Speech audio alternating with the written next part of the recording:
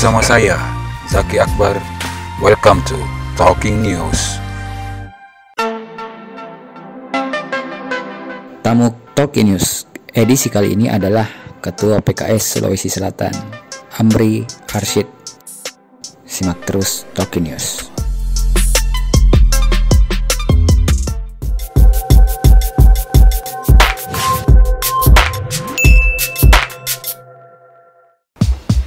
Assalamualaikum Pak Ketua. Waalaikumsalam warahmatullahi wabarakatuh. Kayaknya buka masker biar Bisa ya? bisa supaya jaga jarak gitu. Baik. Sip, mantap. Gimana kabar Pak Ketua? Baik, alhamdulillah sehat. Harus tetap menjaga kebugaran ya di tengah kondisi seperti sekarang ini kan. Covid aman ya?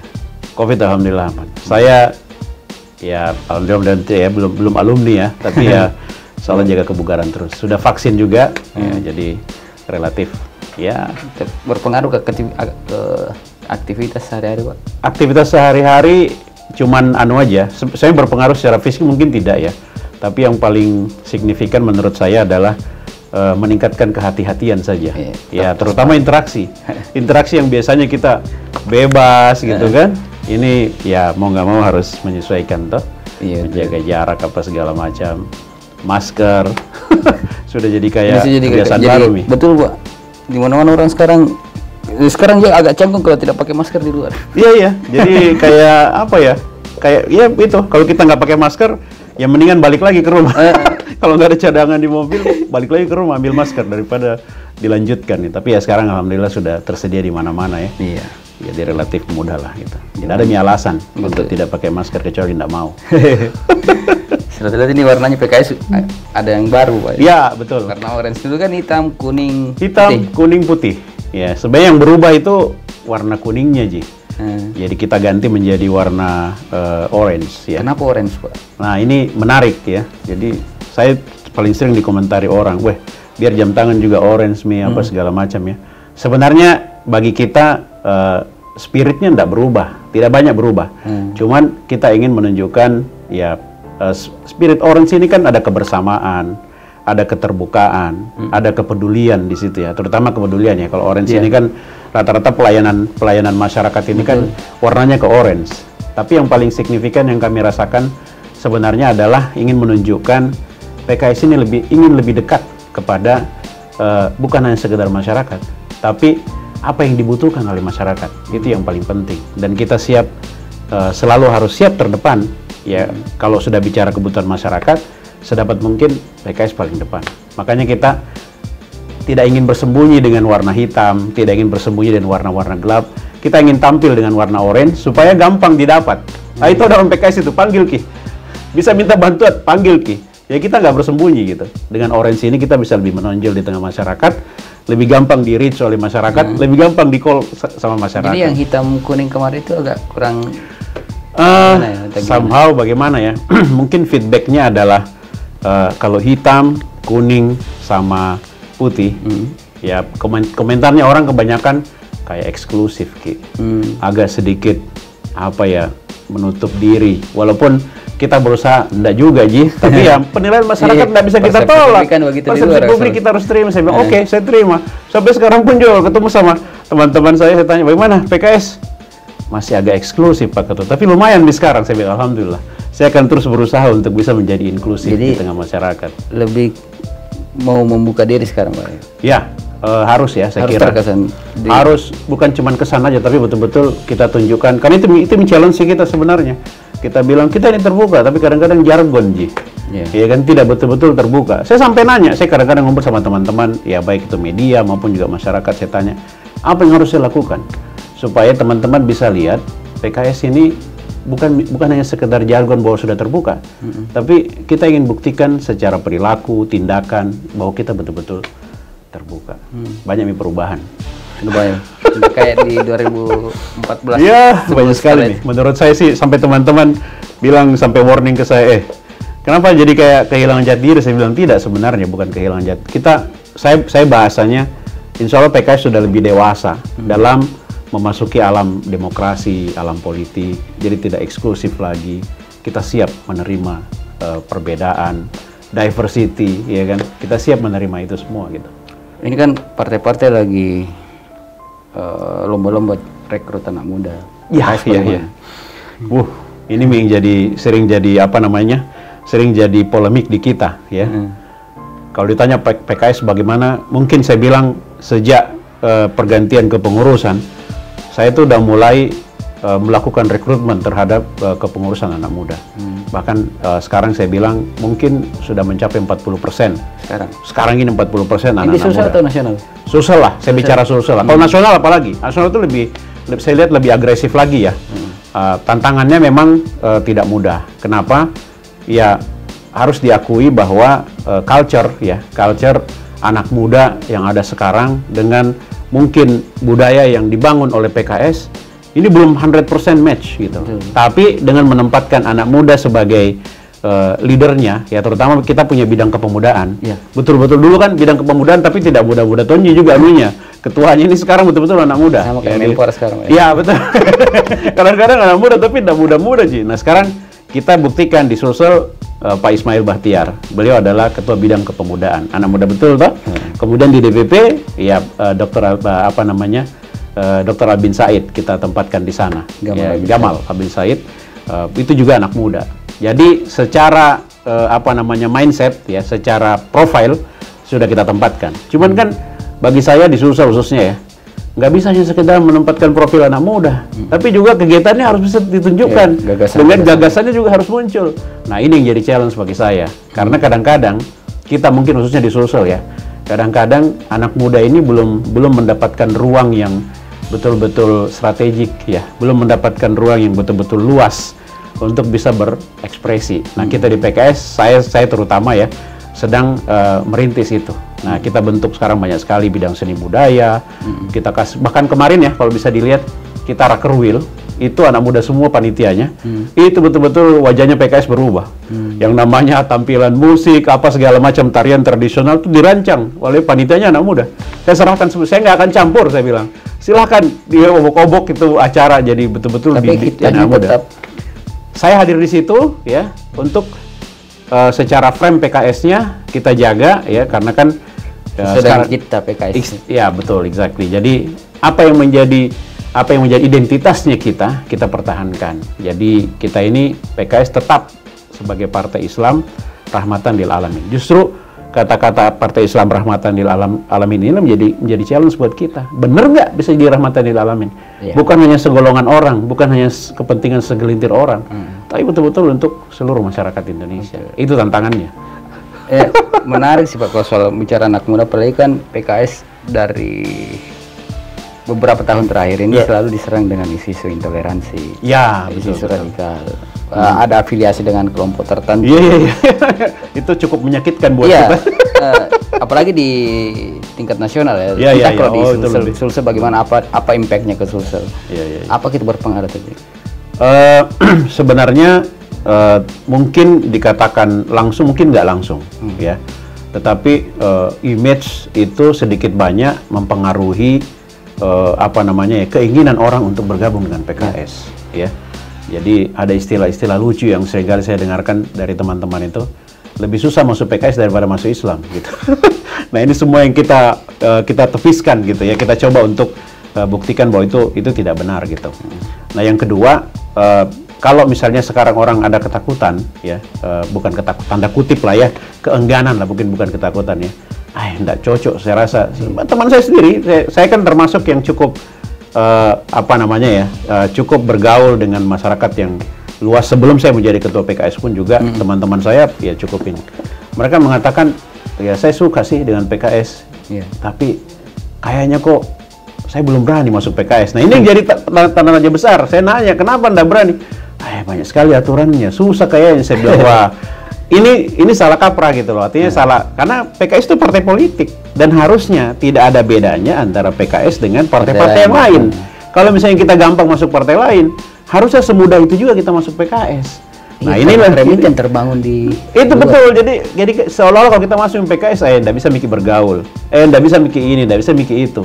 Nah ini yang coba kita bangun, kita tunjukkan bahwa PKS adalah partai politik. Apa yang dilakukan oleh partai politik yang lain itu bisa kita lakukan juga. Tentu ada frame. Justru nilai tambahnya di PKS, ya kalaupun ini mau dilihat sebagai sebuah hal yang negatif bagi orang lain, ya, adalah PKS itu tidak pernah membiarkan anggotanya sekedar masuk kemudian dianggurin. Nah, itu yang tidak ada di PKS. Kalau orang sudah masuk PKS, maka PKS punya tanggung jawab penuh untuk melihat anggotanya itu terdevelop, terimprove dari pengetahuannya, kemampuan dia berpolitik. Nah, itu yang bedanya. Ada proses upgrading di dalam. Upgrading, setiap minggu kita lakukan upgrading. Ada kelas upgrading yang kita lakukan. Itu bicaranya bukan agama saja. Kalau orang bilang, sayang pengajian, saya bilang enggak. Kita namanya unit pembinaan anggota. Setiap minggu, kalau kita telepon malam minggu itu tanya, lagi di mana? Kita lagi unit pembinaan ini. Di situ ada pembelajaran politik, pembelajaran keagamaan, pembelajaran kebangsaan, ya, sampai kepada entrepreneur leadership. Kemarin sempat ketemu juga sama teman-teman. Saya ditanya apa bedanya. Saya bilang kalau teman-teman yang lain membangun UMKM dengan memberikan bantuan apa segala macam, kami enggak. Kita masuk ke dalam ranah pendampingan. Jadi yang kita didik adalah pendamping UMKM yang akan mendampingi UMKM bahkan sampai mendampingi mereka mendapatkan dana.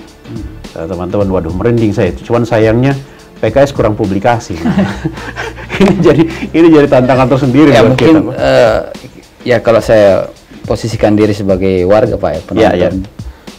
Kalau di Sulsel gaungnya PKS agak kurang terdengar. Ya, betul. Saya harus terima itu.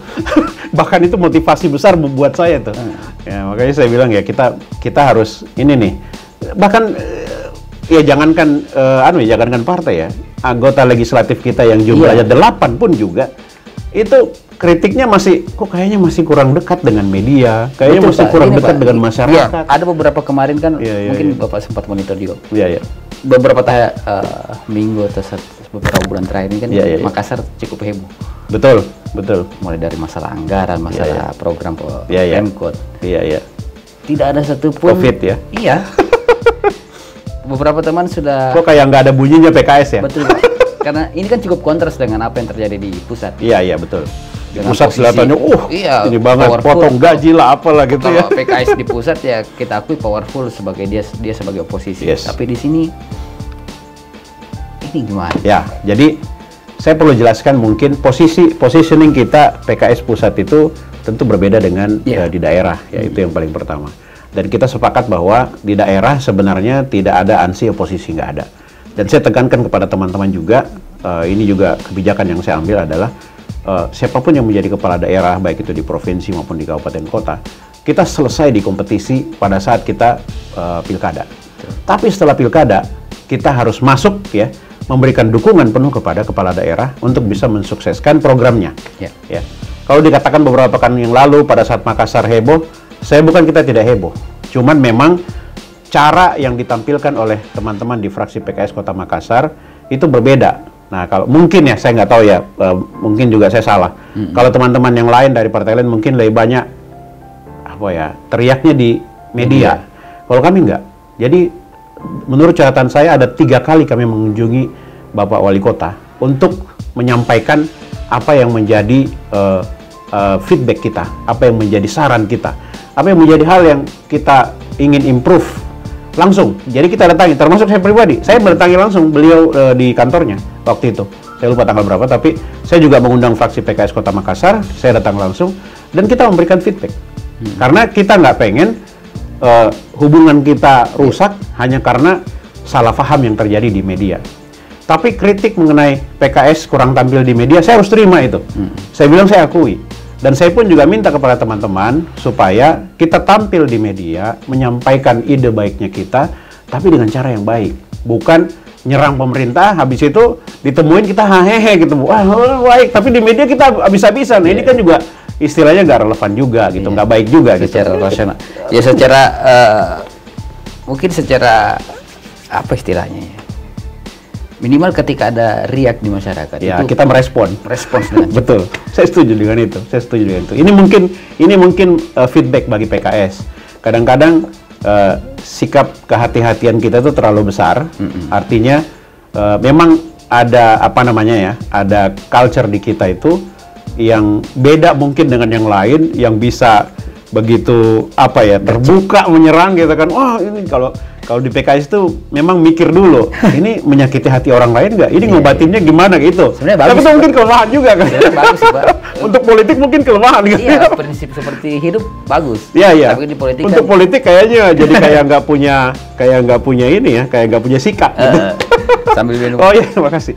Wah, mantap ini siang-siang. Jadi memang kalau kita bandingkan dengan partai lain yang ada di, kita bicara skop Sulsel dan Makassar aja. Betul. PKS dengan partai-partai lain di sini, saya sebut nama saya kayak Nasdem, Demokrat dan Golkar itu yang paling sering didengar. Iya betul. Saya salut tuh. Kadang-kadang ya kita bicara partai kan kita bicara politikusnya. Kita tetap bicara pada sosok individu figur yang ada dalam partai tersebut. Ya mungkin saya ingin mengatakan ya PKS kami ingin belajar dengan cara begitu. Cuman culture di kita kembali lagi ya tadi ya, karena tadi kita punya frame bahwa pemerintah itu harus disupport. Ya, bukan berarti tidak kita tidak kita kritisi, bukan berarti tidak kita berikan feedback. Kita berikan feedback. Nah, mungkin masukan buat kami adalah ya tadi tuh caranya. Citra politiknya ini mungkin agak sedikit dikentalkan lah gitu loh. Jangan berperan sebagai orang baik. Terus kadang-kadang tanda kutip ya, kadang-kadang mungkin ada orang yang perlu disentil dengan cara yang agak keras gitu. Nah ini mungkin yang perlu dipelajari. Tapi ada sih setahu saya ada beberapa anggota dewan kita ya memang cukup keras juga. Tapi karena tidak begitu dominan, jadi yang terlihat adalah tadi sikap santun. Bahkan kadang-kadang ya terkesan lembek gitu loh. Ya, ini mungkin yang perlu diperbaiki. bukan keras juga, tegas. Harusnya tegas. Ya harusnya tegas ya. Ya betul. Dan harus gerak cepat untuk merespon isu-isu yang nah itu mungkin itu poin saya ya, responsif ya, kita harus responsif melihat kondisi yang ada di masyarakat.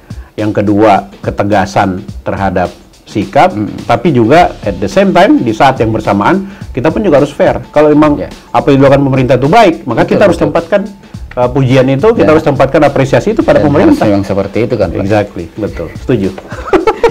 Harus begitu, Pak, karena kan ini kan anak muda kan sukanya yang begitu. Gitu ya? Nah, saya harus belajar itu.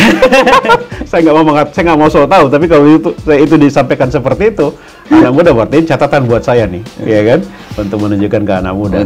Ya. Apalagi 2024 kan sisa 2 tahun lagi, kurang lebih. 2 tahun setengah lah, kurang lebih ya. Ya efektif 2 tahun lah. Siapa gimana PKS Sulsel? Iya. Waduh, sudah itu jadi kayak apa ya? Sudah jadi kayak menu sehari-hari itu.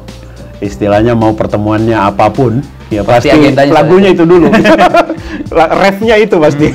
Istilahnya kalau lagu itu refnya itu pasti. Refnya mengenai pemenangan 2024. Cuman ada catatan saya yang justru kalau yang target-target pemenangan biasa lah ya. Cuman memang belakangan ini, mungkin 2 bulan terakhir ini, saya pribadi ya itu punya catatan yang cukup kuat.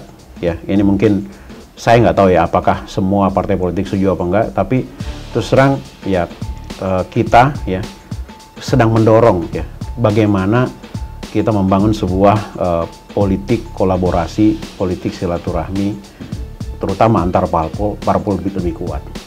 Karena kami melihat ya ancaman disintegrasi ya, persatuan kesatuan ini makin kencang. Kita sadar 2024 itu serentak dilaksanakan.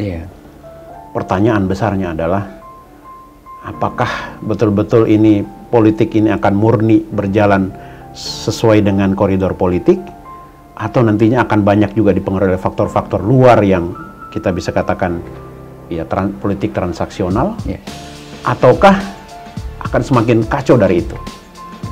Maka saya pribadi ya di PKS Sulsel sangat aktif menemui ketua-ketua partai untuk mengingatkan ini bahwa kita bisa kompetisi di pileg, ayo habis-habisan kita kompetisi, memang itu ruangnya untuk berkompetisi, tapi pada saat pilkada kita harus hati-hati karena kita sedang memilih calon pemimpin di suatu daerah yang nantinya akan mengayomi seluruh partai, mengayomi seluruh masyarakat. Kita salah memilih orang, kita terjebak dengan politik transaksional, kita bisa bayangkan bagaimana nasib ya Sulsel lah, kita nggak usah bicara Indonesia, Sulsel ke depan ya, di tahun 2024. 24 kabupaten kota, 1 provinsi. Kalau kita salah dalam memilih orang, maka kita bisa bayangkan 5 tahun ke depan seperti apa nih daerah kita. Kan buktinya sudah banyak ya. Nah, dengan disandra seperti itu, Ya setelah duduk sudah yang muncul transaksional. Akhirnya kan ya kecelakaan politik. Exactly, betul. Nah, bagaimana caranya? Serius, saya betul-betul serius memikirkan ini, dan saya betul-betul ya meskipun saya mendapatkan kadang-kadang mendapatkan feedback ya halus ya dengan bahasa kita. Toh jengki Pak Ketua, saya bilang insya Allah saya betul-betul dalam hal ini.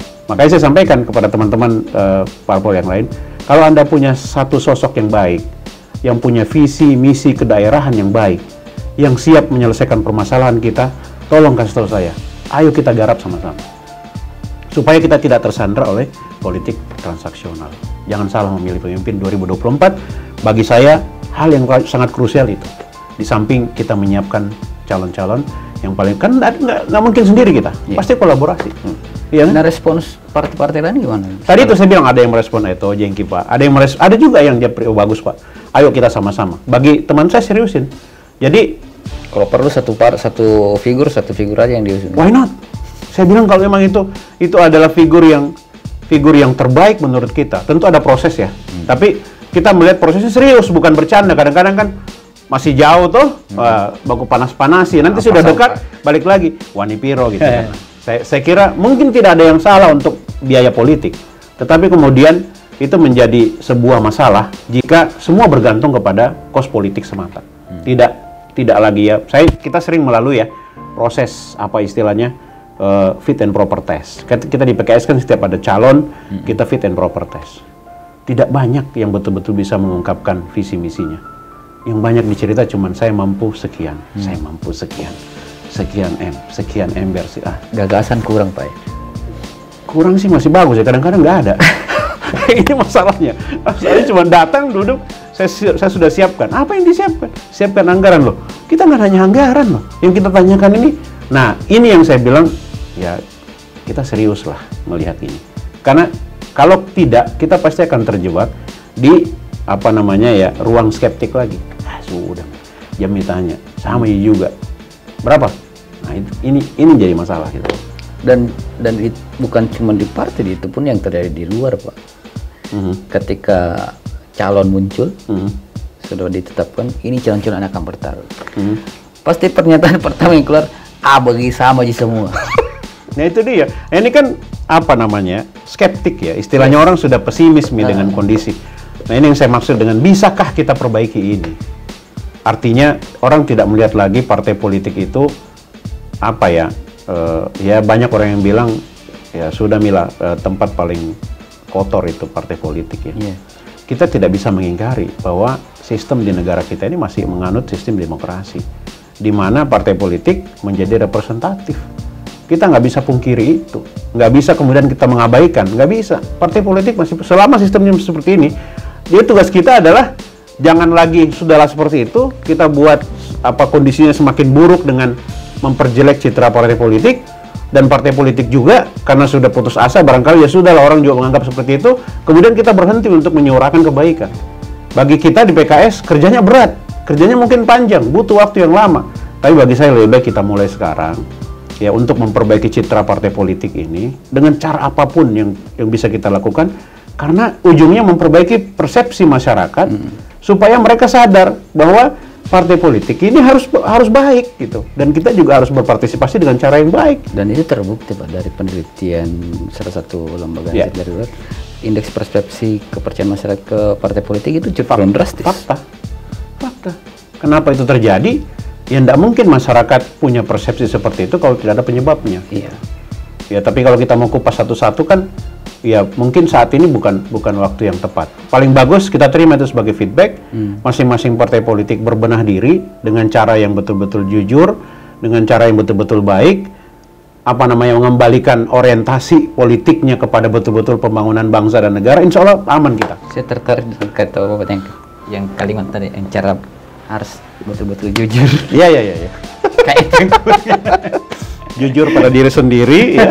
Jujur secara perilaku ke masyarakat itu tidak mudah, karena memang itu saya ketemu dengan beberapa teman-teman juga.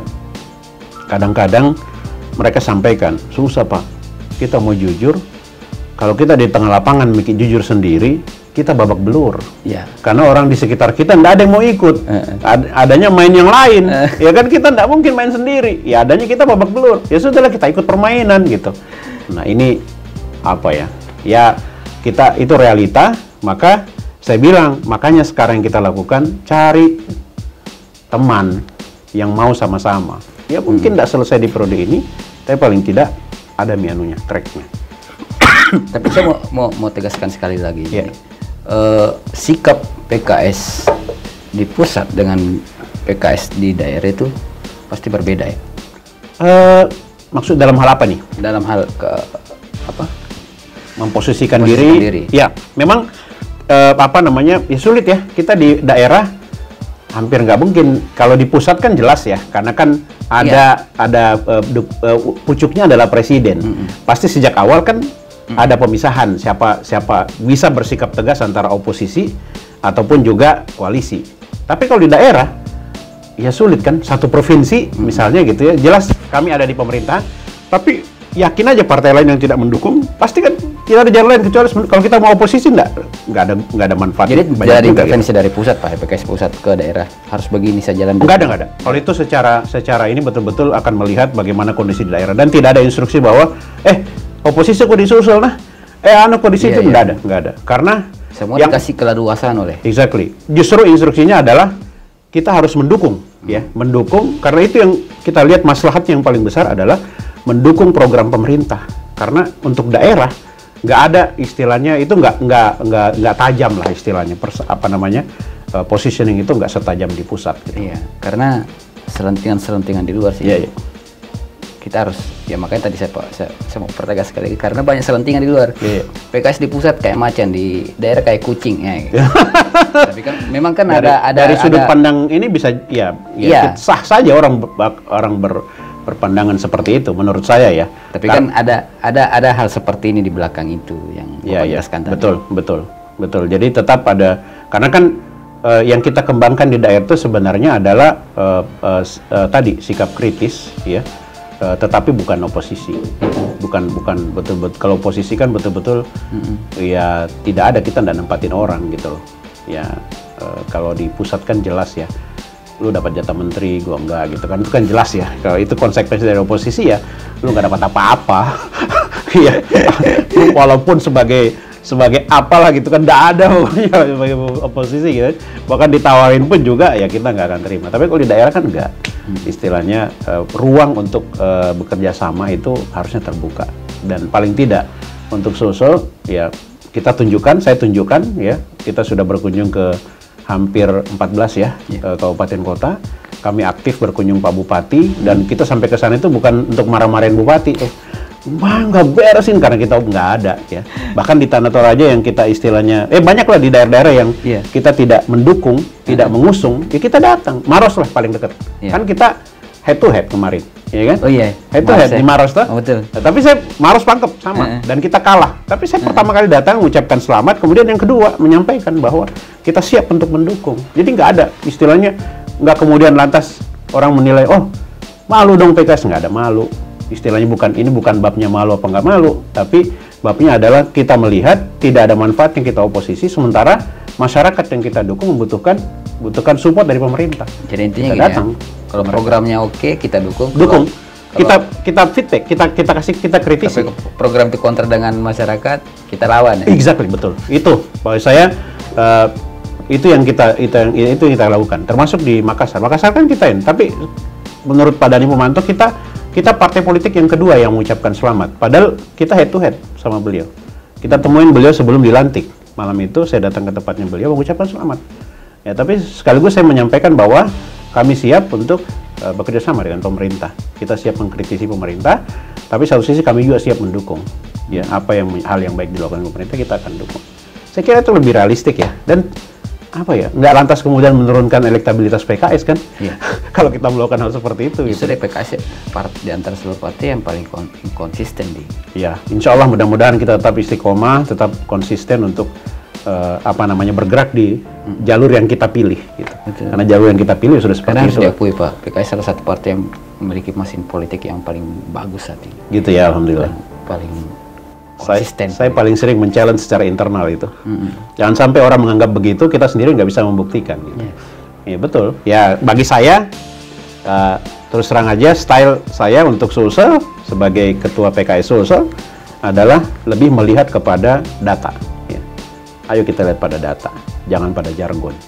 Selama data itu belum bicara, ya saya katakan bahwa ya kita belum perform. Gitu. Ya itu apa namanya, motivasi ya secara internal. Tapi ya insya Allah kita sih bahagia ya, senang ya, karena satu sisi saya melihat juga ya popularitas kita juga makin baik. Nah, ini indikasi yang positif lah paling tidak. Sulsel juga kita bisa pertahankan ritme kita, ya kita bisa pertahankan kerjasama kita dengan pemerintah. Bagi saya itu suatu hal yang positif. Ya, indikasinya paling tidak ya banyak sekali teman-teman ya kepala daerah yang ingin sekali kita ya bercengkrama lah istilahnya gitu ya, berbicara. Ya bisa jelas itu untuk persatuan bangsa ke depan insya Allah. Ini kan 2024, PKS sudah punya calon nggak, figure?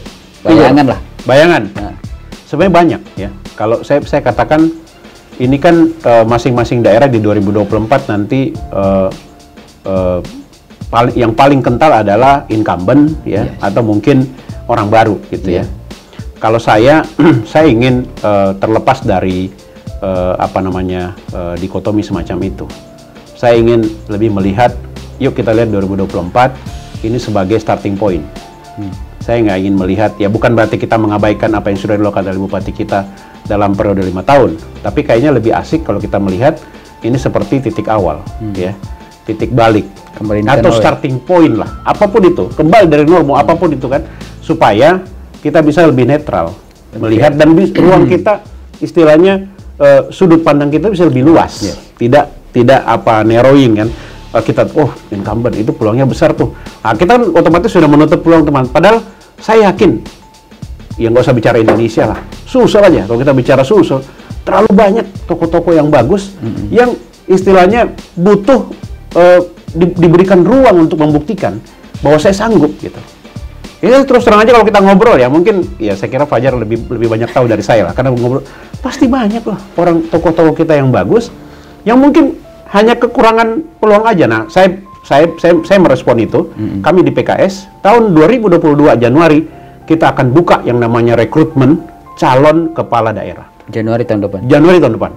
Karena sekarang ini saya beresin dulu saya closing untuk BCAD, calon anggota dewan ini. Oktober harus closing. Nggak ada dapil lagi yang tidak ada calegnya PKS. Sudah close semua. 110 dapil di Sulsel kita mau close, sudah ada orangnya semua. Sekarang ini lagi ada roadshow nih, alhamdulillah sudah 50-60% terpenuhi. Jadi kita nggak mau pusing tuh, last minute cari orang, siapa yang mau gabung? Enggak, saya sekarang ini BP3 kami pemenangan pemilu lagi roadshow nih, keliling. Saya minta keliling Sulsel, ketemu semua sama struktur, bahkan saya sendiri bikin meme sendiri untuk ayo gabung PKS, ya, ayo kita jadi caleg, terutama anak muda. Karena yang kami lakukan saat ini adalah bukan nyari orang-orang yang sudah jadi, di tanda kutip lah ya. Tapi kami cari orang-orang yang punya ide fresh untuk kita didik selama 2,5 tahun atau 2 tahun untuk bisa menjadi calon anggota legislatif yang kompetitif. Disekolahkan dulu, Pak. Disekolahkan, exactly. Jadi 2 tahun kita sudah siapkan sekolahnya, namanya sekolah politik. Mereka jadi nggak jadi, apalagi kalau anak muda, punya peluang besar untuk jadi pemimpin di masa depan. Sama 2021 pun juga tadi, kami nggak pengen terdistract dengan carilah yang pasti menjadi, istilahnya nggak baik. Kami sih banyak partai yang lakukan itu sekarang. Exactly. Ya, orang bilang kenapa? Saya bilang saya hargai, bagus, shortcut, bagus ya. Saya juga tidak mengatakan itu jelek, itu mungkin bagus. Tapi bagi saya poinnya bukan itu. Bagi saya adalah bagaimana kita mengakomodir ya putra-putri terbaik Sulsel ini ya untuk bisa membuktikan dirinya. Karena terus terang ya, dengan begitu kami nggak bertanya, Anda maju punya modal berapa? Enggak. Kami nggak tanya gitu. Anda maju punya visi misi apa? Saya yakin pasti dukungan masyarakat dengan sistem pengelolaan yang baik ini akan jauh lebih positif dibandingkan kita nyari orang yang sudah jadi gitu. Itu aja sih, as simple as that gitu. Mudah-mudahan ya direstui, mudah-mudahan mendapatkan berkah dari Allah gitu ya. Kita betul-betul dapat orang yang baik. Kan sudah banyak ya bukti di dunia ini yang begitu orang yang nggak dikenal tiba-tiba muncul dan betul-betul bisa membawa negaranya menjadi lebih baik. Itu aja sih mimpi barangkali. Bagi saya sih itu roadmap menuju pada kemenangan itu. Itu betul sih Pak. Kalau memang sebenarnya anak muda butuh ruang. Kenapa tingkat apatisme tinggi di sini? Karena kayak nggak ada ruang ya. Iya. Pertama karena tidak ada ruang, karena kedua budaya politik yang bikin apatis. Ya, betul. Bapak sepakat tadi? Iya, sepakat, betul, sepakat. Karena ya orang cenderung untuk memilih experience. Ya. Orang cenderung untuk memilih orang yang punya career path, orang yang punya prestasi. Anak muda baru kemarin lahir, gitu kan, baru mulai ini. Ya di compare dengan itu jelas tidak ada ruang gitu, iya kan? Tapi coba kita berikan peluang, ya. Ada ruang, ada peluang yang kita berikan, ya kan? Kan tidak ada salahnya, ya. Kita berikan, artinya kita tidak sedang berjudi, enggak juga yang sekedar yang penting anak muda kasih masuk nih, enggak juga. Kita harus punya perangkat, ya, punya sistem yang bisa menyaring. Ini anak muda hebat, ya kan? Ini mampu, dia punya kapasitas, ya terus kemudian direkrut, jangan cuma dicemplungin aja, kemudian tidak karena kan anak muda itu perlu didampingi, perlu apa segala macam supaya potensi ini keluar gitu, jangan cuma mungkin PR-nya Pak, bagaimana supaya anak itu tertarik dulu sama politik. Yes, betul, itu salah satu topik yang diangkat oleh PKS Muda juga yang kita punya, Underbow termasuk juga Gema Keadilan, itu anak-anak muda di situ banyak yang mencoba untuk tadi ya, menarik mereka supaya tidak melihat anak saya, contohlah anak saya kebetulan dia kuliah di Turki, itu saya nanya, kenapa sih kamu nggak begitu? Sudahlah ya, politik itu tergantung siapa presidennya gitu, tergantung siapa ininya, kalau itu nggak beres, mau apapun rencana ayah nggak akan beres gitu. Nah terus solusinya apa? Kasih kesempatan anak muda gitu. Nah ini challenge, dia masih muda tapi istilahnya punya pemikiran yang ya bagi saya itu challenge gitu. Nah sekarang bagaimana caranya kita kasih ruang nih? Ya ada nggak sistem yang bisa memberikan ruang pada mereka? Ya kita di PKS punya. Saya bilang, insya Allah saya punya gitu. Dan insya Allah saya siap. Bukan bertadi itu, bukan gambling ya. Tapi betul-betul kita siapkan kriteria. Kita coba dia di situ. Kita minta dia membuktikan dan banyak kok. Saya mungkin ambil contoh Alek muda kita lah gitu, Pak Ismail Bahtiar. Ya kita berikan ruang, insya Allah ya beliau bisa membuktikan kan bahwa dia bisa memberikan performa yang baik ya di politik. Dan itu anak muda. Dan saya kalau apa yang Bapak paparkan tadi saya cukup yakin sih dengan pola yang diterapkan PKS. Cuman yang jadi pertanyaan sekarang, mampu enggak partai-partai lain ini sepakat untuk merubah budaya politik ini? Itu jadi PR berat buat kita. Tadi saya katakan ya, kita main sendiri dengan gaya sendiri di lapangan, dilihat kayak orang gila gitu. Makanya itu tugas struktur, saya bilang. Tugas saya adalah tadi menjalankan politik silaturahim. Kan orang nanya, ngapain sih PKS keliling-keliling, temu sana, temu sini. Saya bilang, Pak, saya punya visi yang, karena bagi kita adalah visinya visi kebangsaan. Bukan visi politik semata untuk membesarkan PKS. Enggak. Bagi saya keliling, nggak apa-apa. Ya, partai lain nggak ada kok yang lakukan. Ya mungkin saya dianggap kayak tadi itu. Main sendiri di lapangan dengan gaya sendiri gitu. Nggak apa-apa.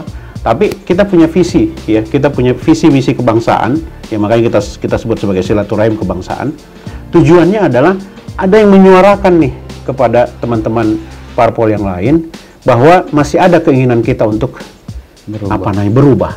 Kita punya optimisme yang besar kalau kita tadi dengan dasar kejujuran, ya, dengan dasar keterbukaan kita bicara, ya kita mau menerima perbedaan. Kan sudah pasti beda parpol, pasti beda.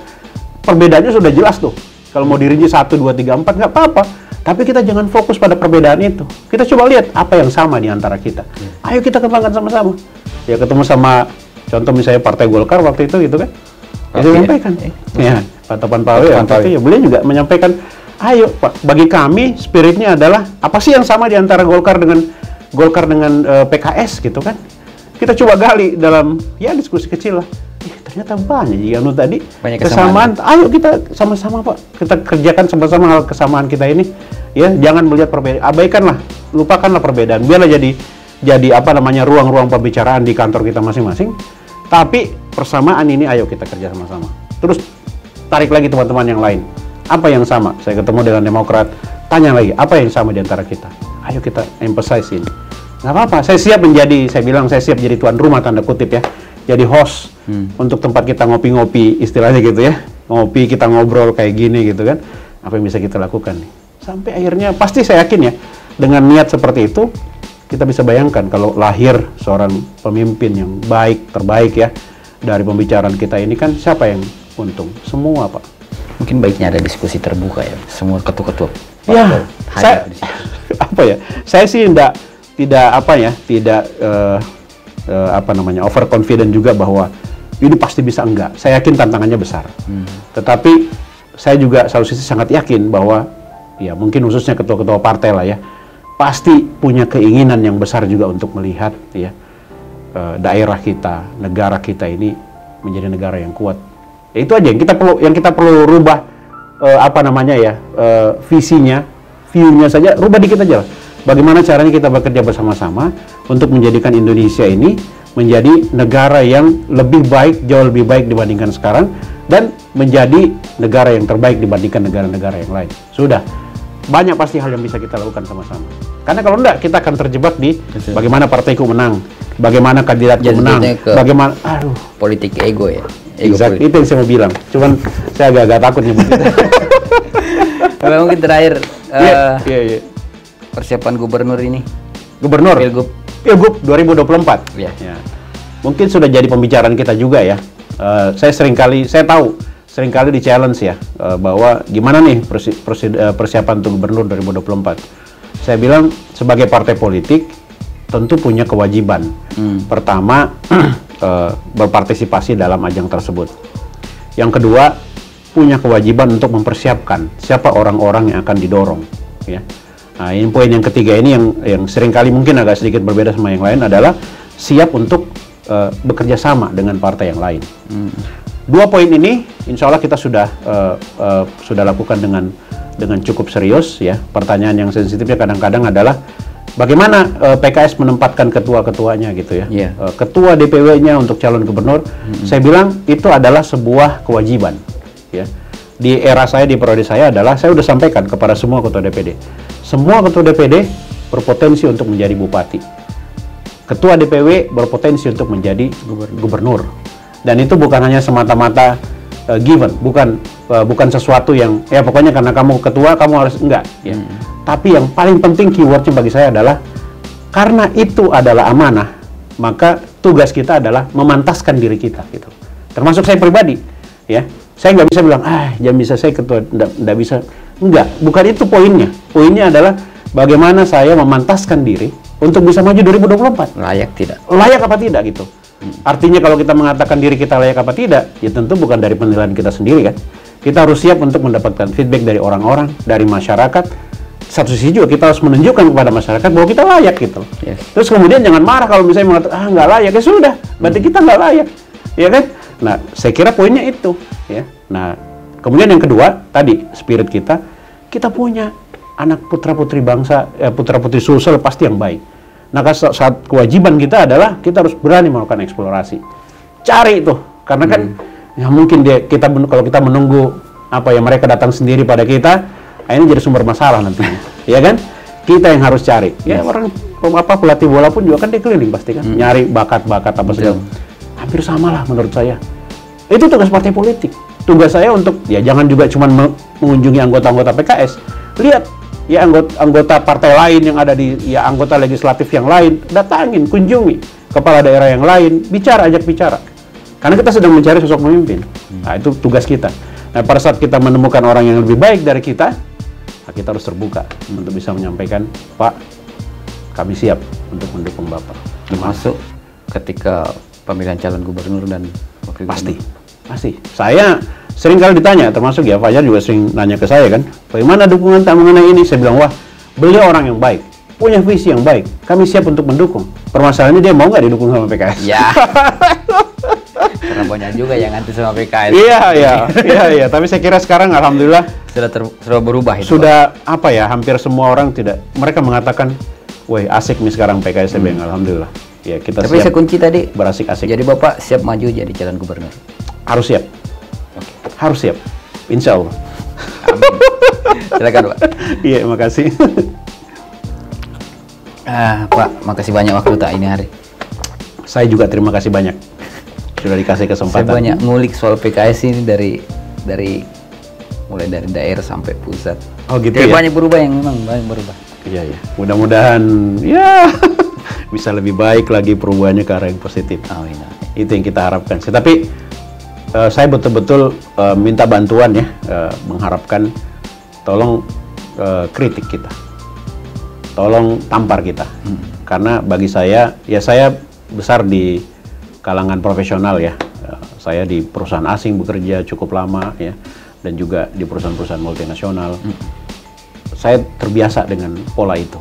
Jadi tidak anti kritik, bahkan sangat senang dengan feedback, sangat senang dengan masukan. Ya bisa menghargai yang namanya diversity. Insya Allah ya, banyak orang bilang ya saya berbeda mungkin dengan ya tentu harus berbeda ya dengan ketua-ketua yang lain sebelumnya gitu ya, karena masing-masing punya style lah. Cuman bagi saya, style saya adalah ya mudah-mudahan cocok dengan apa yang menjadi spirit PKS ke depan. Saya pun takjub dengan Bapak. Kesan pertama saya waktu itu, wah kayaknya Bapak agak keras gitu ya. Tapi sebenarnya tidak. Pada ngobrol justru lebih mudah dibanding. Iya. Saya lebih enak cair lah gitu. Ya kebetulan juga. Dan semudah semua ketua partai-partai politik bisa se-humble ini. Saya berharap Pak. Saya berharap seperti itu. Karena itu yang kita harapkan ke depan. Untuk Indonesia lebih kuat, insya Allah. Terima kasih banyak Pak waktunya. Saya juga terima kasih banyak. Terima kasih teman-teman semua ya. Kita tos dulu Pak sebelum tutup. Ya, sip. Mantap.